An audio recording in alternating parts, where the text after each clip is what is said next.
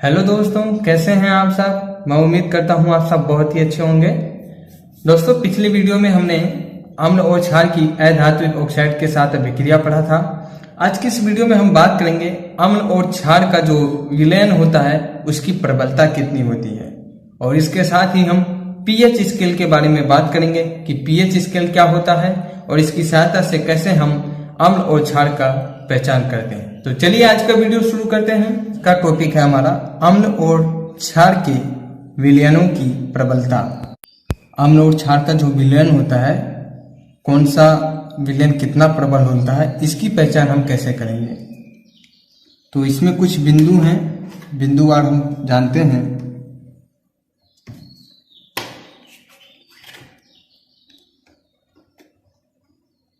किसी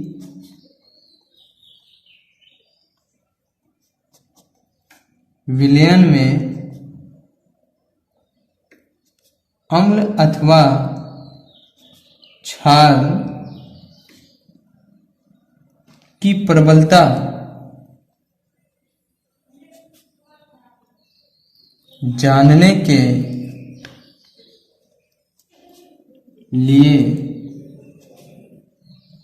सार्वत्रिक सूचक का प्रयोग किया जाता है।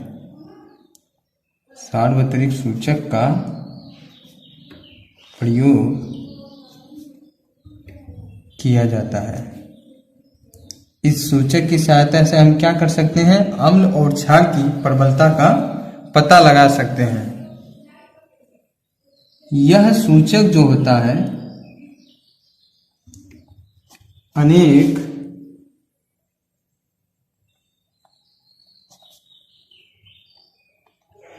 सूचकों का मिश्रण होता है। बहुत सारे सूचक मिलकर जो सूचक बनता है उसे हम सार्वत्रिक सूचक कहते हैं।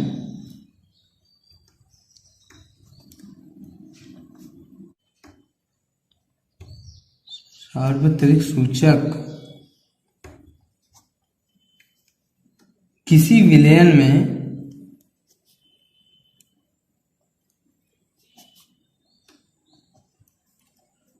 हाइड्रोजन आयन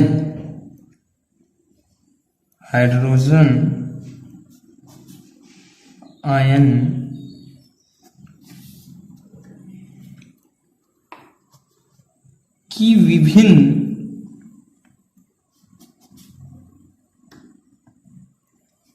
सांद्रता को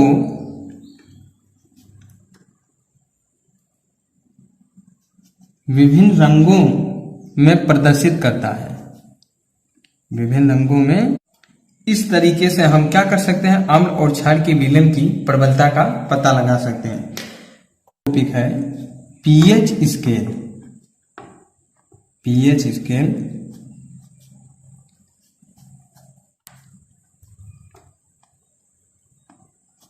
किसी विलयन में उपस्थित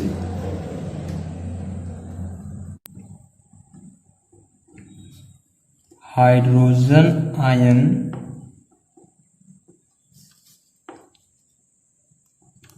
की सांद्रता ज्ञात करने के लिए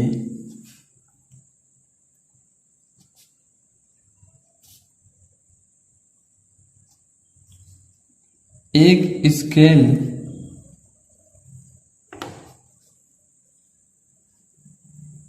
विकसित किया गया है।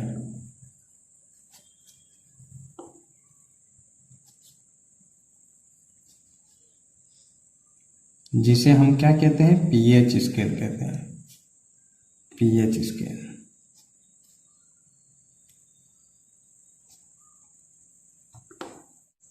पीएच में पी जो है ये सूचक है। क्या है, सूचक है। इसे हम पुषांश कहते हैं, जो एक जर्मन शब्द है।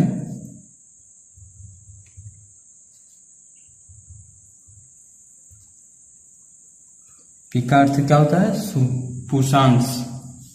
इसका हिंदी में अर्थ होता है शक्ति शक्ति। हाइड्रोजन आयन की सांद्रता ज्ञात करने के लिए जो स्केल प्रयोग में किया जाता है उसे हम पीएच कहते हैं। पीएच स्केल, पीएच स्केल से सामान्यतः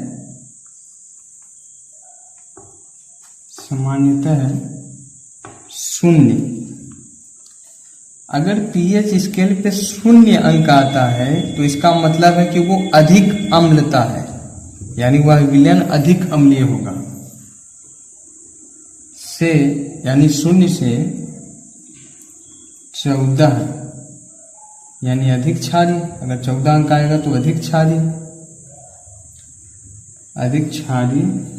तक पीएच को ज्ञात कर सकते हैं।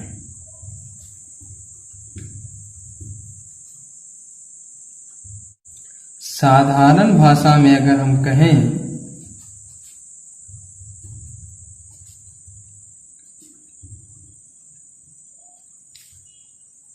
तो पीएच वह संख्या है, पीएच क्या है? वह संख्या है जो किसी विलयन की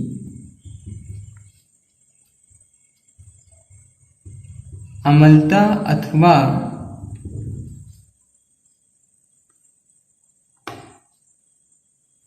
क्षारकीयता को दर्शाता है। पीएच स्केल क्या है? वह संख्या है जो किसी विलयन की अम्लता अथवा क्षारकीयता को दर्शाता है। हाइड्रोनियम आयन की सांद्रता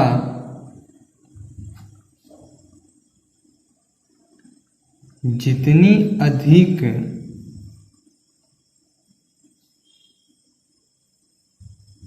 होगी उसका पीएच मान जो होगा उतना ही कम होगा।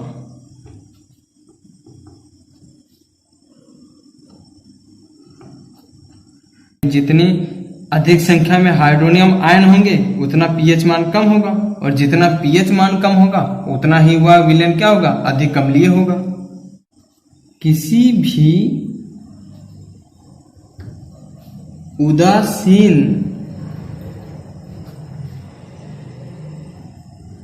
विलयन के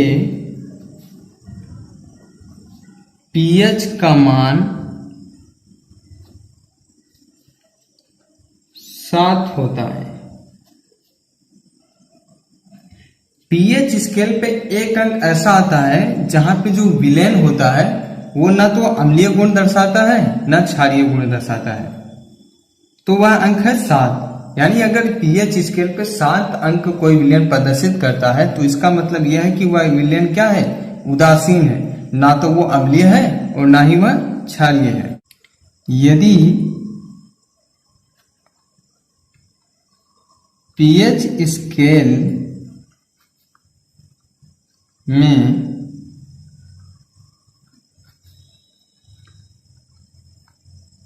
किसी विलयन का मान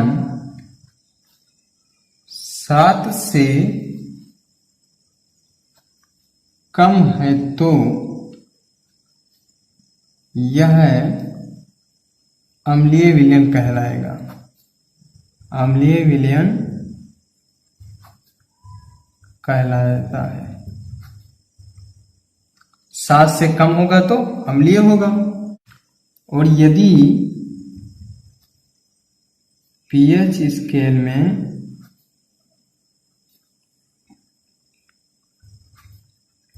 किसी विलयन का मान 7 से अधिक है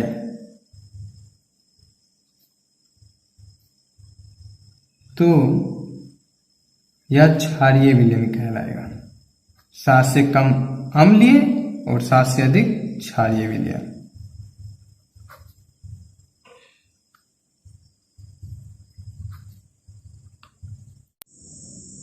सामान्यतः पीएच सार्वत्रिक सूचक जो होता है वो अंतर्भारित पेपर द्वारा ज्ञात किया जाता है।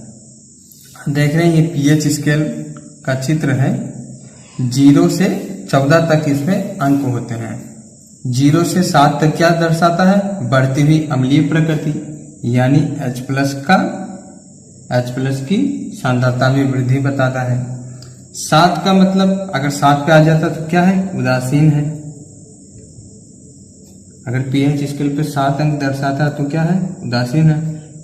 और 0 से 7 के बीच में H+ आयन की सांद्रता में वृद्धि को प्रदर्शित करता है। और 7 से 14 के बीच में देखिए यहाँ क्या OH आयन की सांद्रता में वृद्धि होगी, यानी H+ आयन की सांद्रता में क्या कमी होगी, की सांद्रता में कमी, या हम कह सकते हैं OH+ आयन की सांद्रता में वृद्धि। तो यहाँ पे क्या क्षारीय प्रदर्शित करेगा। तो ये पीएच स्केल का चित्र है। 0 से 7, 7 से 14। अगर 0 से 7 के बीच में तो वह विलयन अम्लीय होगा, और 7 से 14 के बीच में अगर कोई अंक प्रदर्शित करता है तो वह विलयन क्षारीय होगा। अगला टॉपिक है कुछ पदार्थों के पीएच मान। बहुत ही मोस्ट है ये, परीक्षा में पूछते हैं 1 नंबर में। इसमें हम कुछ विलयन लेंगे और उनका पीएच मान बताएंगे, और इसके साथ ही उस विलयन की प्रकृति के बारे में बात करेंगे। मनुष्य के जो लार होता है उसका पीएच मान कितना होता है? 6.5 से 7.5 तक होता है। और इसकी प्रकृति जो होती है वो अम्लीय और क्षारीय दोनों होती है। अम्लीय और क्षारीय दोनों होती है। अब बात करते हैं नींबू का रस। नींबू का रस जो होता है उसका पीएच मान कितना होता है? तो 2.2 से 2.4 तक। और इसकी प्रकृति क्या होती है? अम्लीय प्रकृति होती है। अम्लीय प्रकृति होती है। टमाटर का रस, इसका पीएच मान होता है 4.4 से 4.5, जो कि अम्लीय प्रकृति का होता है। कॉफी का पीएच मान होता है 4.5 से 5.5, यह अम्लीय प्रकृति का होता है। 1 मोल NaOH सोडियम हाइड्रोक्साइड का अगर विलयन ले तो उसका पीएच मान कितना होता है? 14 होता है। और उसकी जो प्रकृति होती है वो क्षारीय प्रकृति का होता है। 1 मोल अगर HCl ले, हाइड्रोक्लोरिक अम्ल ले, तो उसका पीएच मान 0 होगा, जो कि क्या होगा?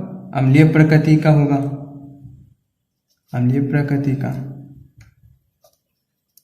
1 मोल NaOH का पीएच मान 14 है और ये क्षारीय प्रकृति है। लेकिन कौन सा क्षार होगा? ये प्रबल क्षार होगा, क्योंकि इसका पीएच मान क्या है? हाईएस्ट पॉइंट 14 है। 1 मोल HCl पीएच मान 0, अम्लीय प्रकृति का। लेकिन कौन सा अम्ल होगा? ये प्रबल अम्ल होगा। शुद्ध जल का पीएच मान 7 होता है और यह उदासीन प्रकृति का होता है। मानव शरीर में जो रक्त होता है इसका पीएच मान 7.4 होता है और इसकी जो प्रकृति होती है वह क्षारीय प्रकृति का होता है।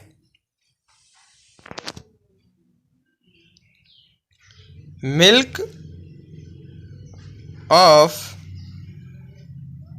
मैग्नीशियम, मिल्क ऑफ मैग्नीशियम, इसका पीएच मान 10 होता है और इसकी जो प्रकृति होती है वह क्षारीय प्रकृति का होता है।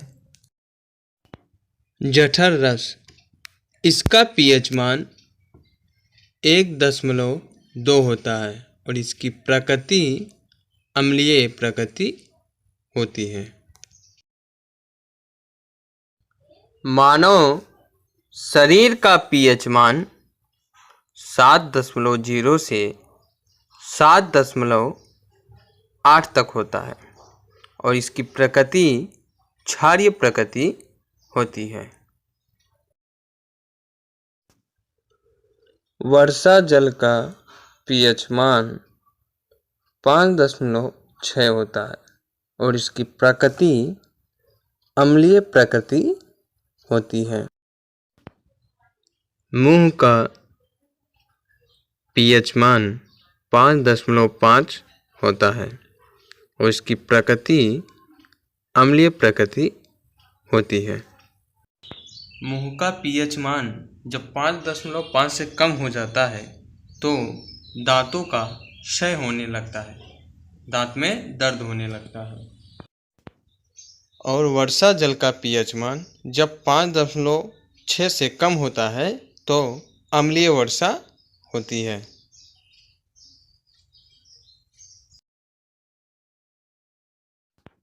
H2S विलयन का पीएच मान 7 होता है और इसकी प्रकृति अम्लीय प्रकृति होती है। CuSO4 विलयन का पीएच मान 7 होता है और इसकी प्रकृति अम्लीय होती है। 7 के लगभग होता है, यानी 7 से थोड़ा कम होता है और दोनों की प्रकृति अम्लीय होती है। अब हम बात करते हैं दैनिक जीवन में पीएच का क्या महत्व है। तो इसमें पहला पॉइंट जो है,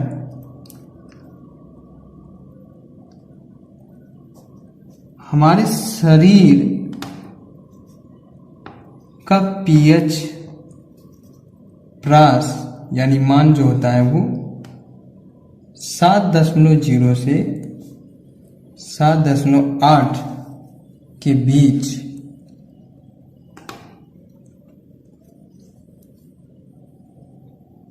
ही कार्यशील रहता है।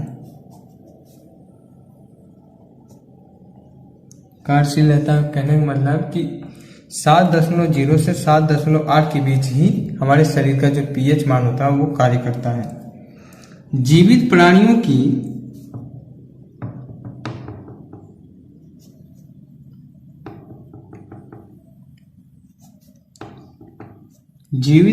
की सभी जैविक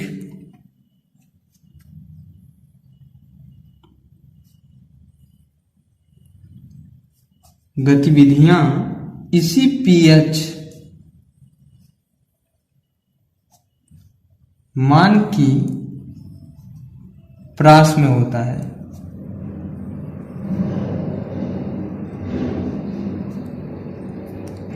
हमारे जो भी दैनिक कार्य है वो सब इसी पीएच मान के अंतर्गत होता है।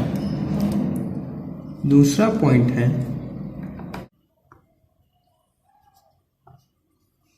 वर्षा के जल का पीएच मान 5.6 से कम होने पर, जब वर्षा के जल का जो पीएच मान है वो 5.6 से जब कम हो जाता है, तब जब वर्षा होती है तो उसे हम क्या कहते हैं? अम्लीय वर्षा कहते हैं। अम्लीय वर्षा कहते हैं। तीसरा पॉइंट है, अम्लीय वर्षा का जल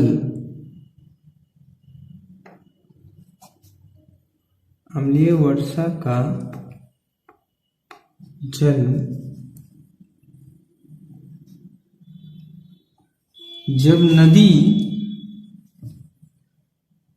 में प्रवाहित होती है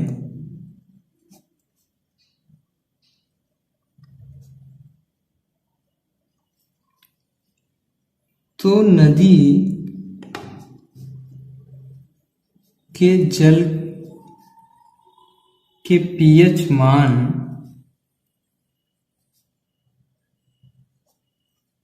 कम हो जाता है।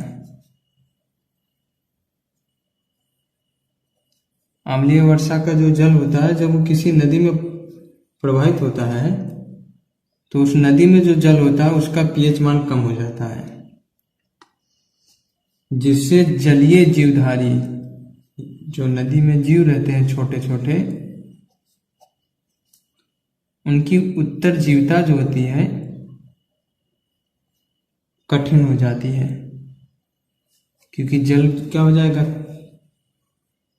खट्टा हो जाता है, तो उनकी उत्तरजीविता जो होती है वो कठिन हो जाती है।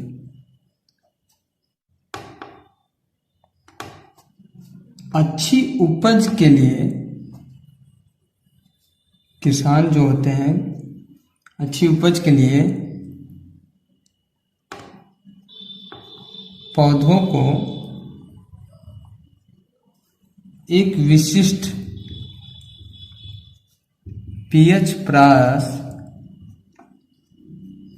की आवश्यकता होती है।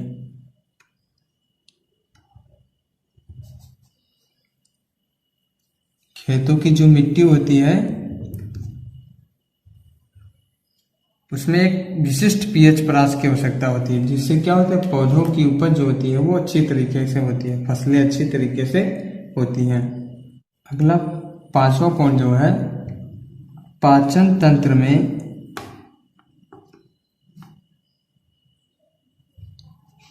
पीएच का महत्व।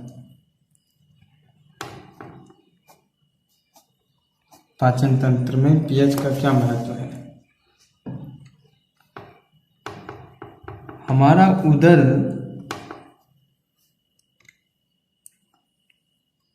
हाइड्रोक्लोरिक अम्ल HCl उत्पन्न करता है। हमारे शरीर में जो उदर है वो हाइड्रोक्लोरिक अम्ल उत्पन्न करता है। यह अम्ल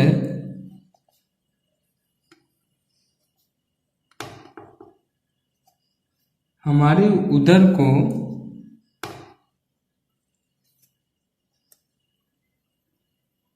हानि पहुंचाए बिना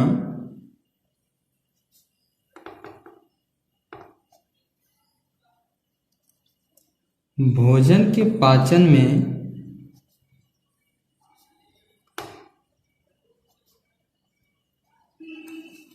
सहायता करती है,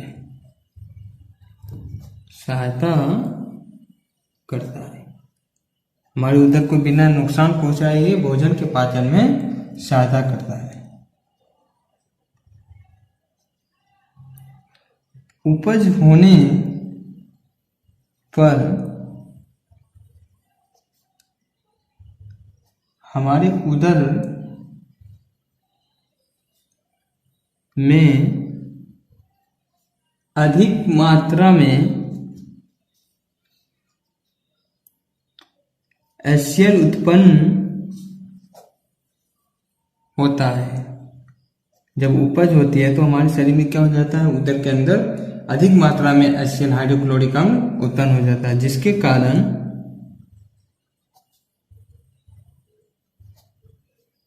कारण पेट में दर्द एवं जलन का अनुभव होता है।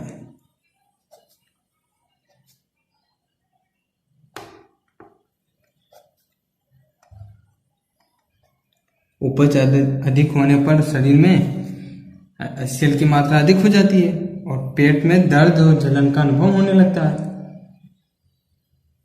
जैसे हम कहते हैं नहीं, एसिडिटी हो गई है, इसे हिंदी में अम्लता कहते हैं और कुछ लोग इसे एसिडिटी कहते हैं, एसिडिटी बोलते हैं। पेट में दर्द और जलन का अनुभव होने लगता है।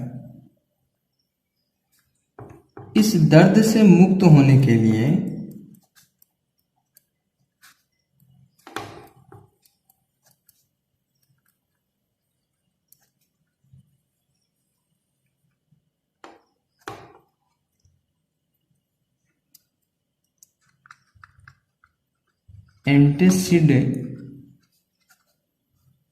एंटासिड जैसे क्षारकों का प्रयोग किया जाता है। और हमने पढ़ा है अम्ल जो होता है वो क्षारक के प्रभाव को कम करता है और क्षार जो होता है वो अम्ल के प्रभाव को कम करता है, किया जाता है। ये दोनों आपस में अभिक्रिया भी करते हैं, लवण के साथ साथ क्या जल का निर्माण करते हैं। तो इस दर से मुक्त होने के लिए हम क्या करते हैं, एंटासिड जैसे क्षारक का उपयोग करते हैं। एंटासिड अम्ल की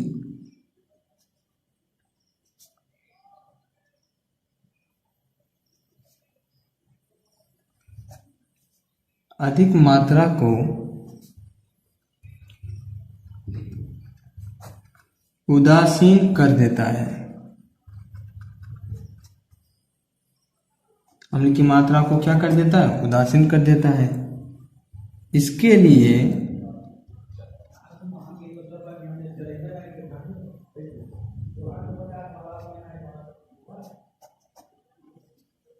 magnesium hydroxide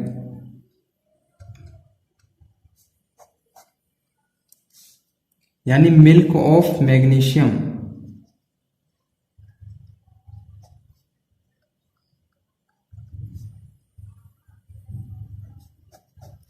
milk of magnesium जैसे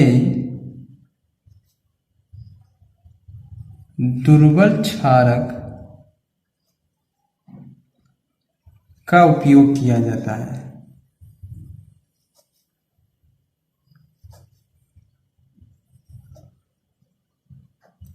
का उपयोग किया जाता है। तो इस प्रकार जो पीएच होता है वो हमारे पाचन तंत्र में हमारी सहायता करता है। अगला पॉइंट है पीएच परिवर्तन के कारण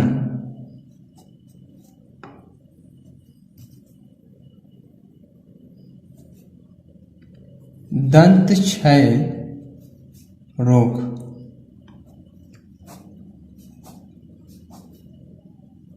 हमारे मुंह का जो पीएच मान होता है, पीएच मान 5.5 से जब कम हो जाता है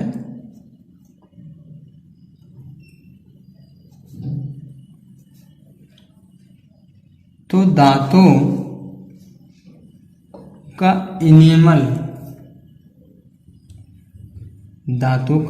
इनेमल दंतवल्क, इसे दंतवल्क कहते हैं, संक्षारित होने लगता है।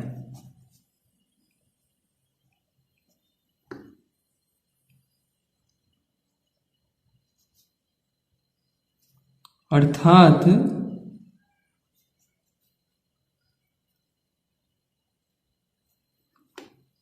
दांतों का क्षय प्रारंभ हो जाता है।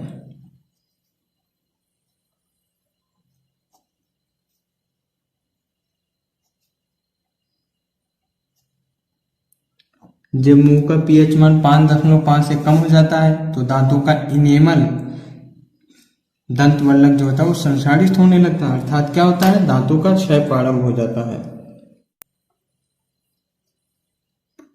दांतों का इनेमल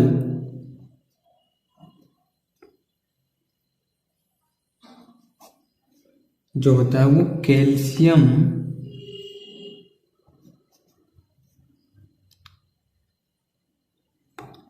फास्फेट से बना होता है। किससे बना होता है, कैल्शियम फास्फेट से, जो कि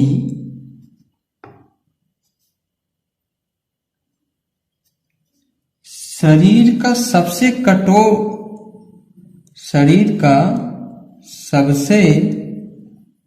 कठोर पदार्थ है। मानव शरीर में सबसे कठोर पदार्थ क्या है, इनेमल, दांतों की एक, यह है जल में नहीं घुलता, लेकिन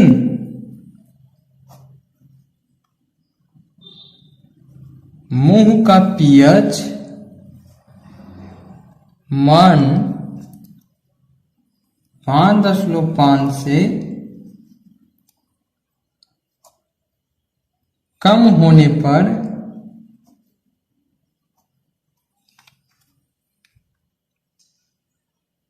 यह संक्षारित हो जाता है। जल में ये घुलता नहीं है, लेकिन जब मुंह का पीएच मान 5.5 से कम हो जाता है तो क्या होता है, ये संक्षारित हो जाता है। मुंह में उपस्थित बैक्टीरिया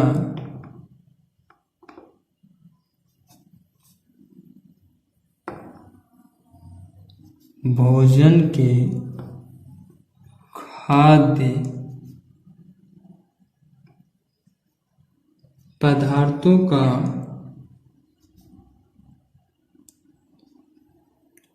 निमीकरण करके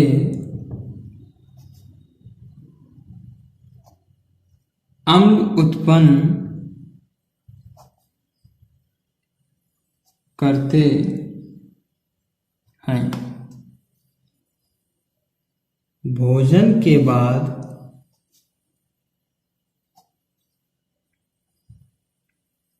मुंह की सफाई से इसका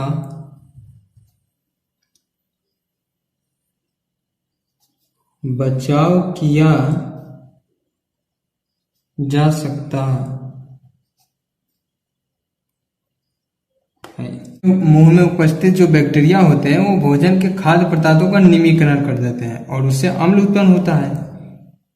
अगर यही अम्ल का जो मान है वो कम हो जाए तो दांतों का क्षय होना प्रारंभ हो जाता है। तो भोजन के बाद जो है मुंह की सफाई से इसका बचाव किया जा सकता है। इसके लिए क्षारकीय दंत मंजन का प्रयोग कर सकते हैं।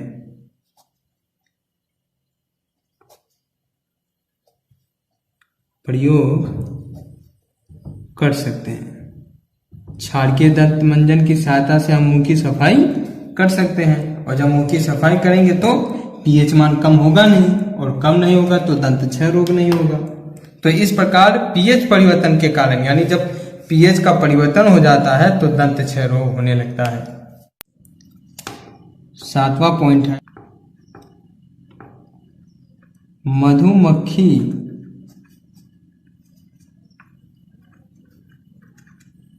का डंक एक अम्ल छोड़ता है।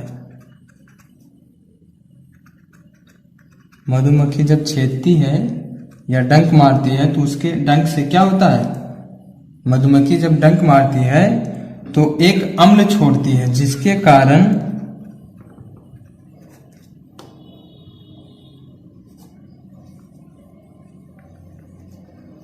दर्द एवं जलन का अनुभव होता है।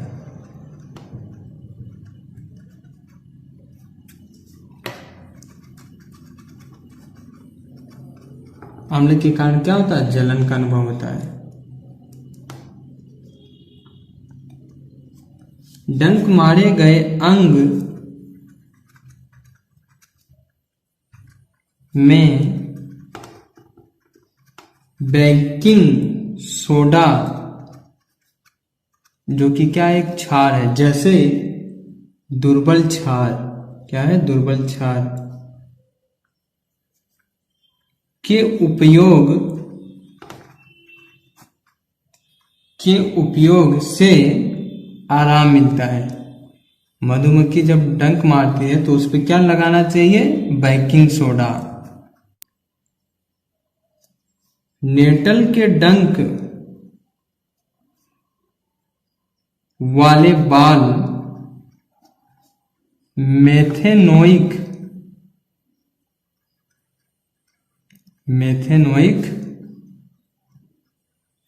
अम्ल छोड़ते हैं, जो डंक के जो बाल होते हैं वो कौन सा अम्ल छोड़ते हैं? मेथेनोइक अम्ल छोड़ते हैं।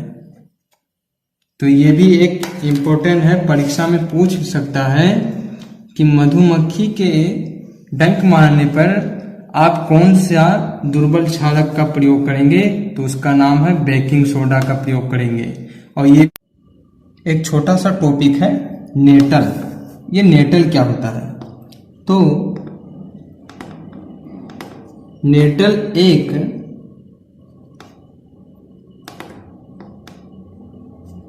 शाकीय पादप है जो जंगलों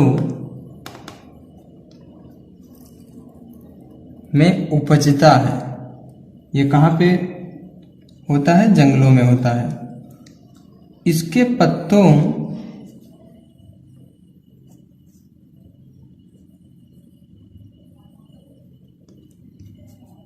डंकनुमा बाल होते हैं।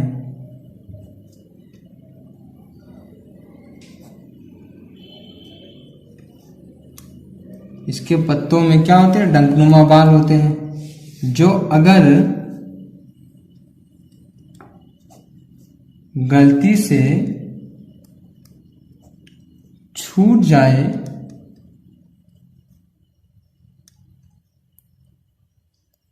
तो डंक जैसा दर्द होता है। अभी हमने पढ़ा मधुमक्खी के डंक मारने से दर्द और जलन होता है, उसी प्रकार ये नेटल का जो पत्ता होता है ये भी डंकनुमा होता है और इसमें क्या होते हैं? बाल होते हैं। जो ये गलती से अगर आप शरीर पे कहीं हाथ पांव में लग जाते हैं तो क्या दर्द होता है। इन बालों में मेथेनोइक अम्ल होता है। मेथेनोइक अम्ल का स्राव होने के कारण यह दर्द होता है।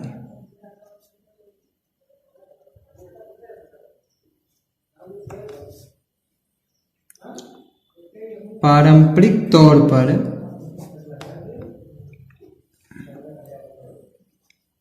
इसका जो इलाज होता है वो डंक वाले स्थान पर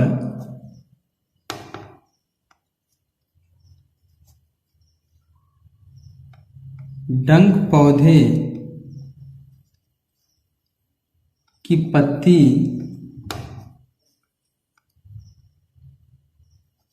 रगड़कर किया जाता है। यानी इसका इलाज भी इसके साथ में ही होता है।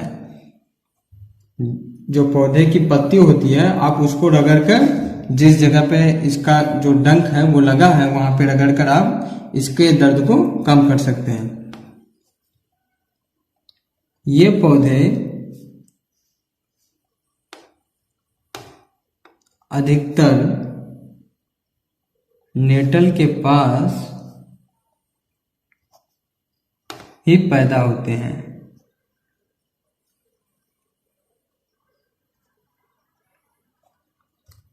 ये पौधे जो होते हैं वो अक्सर नेटल के पास ही पैदा होते हैं। यानी जब आपको नेटल का जो पत्ता होता है डंकनुमा, जब वो लग जाए तो आप क्या कर सकते हैं? उसके पास ही डंक पौधे की पत्ती होती है, उसको आप रगड़कर दर्द को कम कर सकते हैं। तो ये थे दैनिक जीवन में पीएच का महत्व।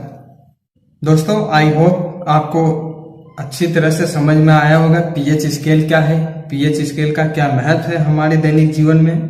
तो इस वीडियो में यहीं तक, मिलते हैं नेक्स्ट वीडियो में नेक्स्ट टॉपिक के साथ। मैं उम्मीद करता हूं कि आपको ये वीडियो पसंद आया होगा। अगर वीडियो पसंद आया है तो वीडियो को लाइक करें, अपने दोस्तों को शेयर करें और अगर अभी तक आपने मेरा चैनल सब्सक्राइब नहीं किया है तो प्लीज हमारे YouTube चैनल को सब्सक्राइब करें, घंटी वाली बटन दबाएं तथा ऑल पर क्लिक कर दें, ताकि जैसे ही मैं कोई वीडियो अपलोड करूं तो उसकी सूचना आपको तुरंत मिल जाए और आपका दिन शुभ हो। Thanks for watching. Thank you very much.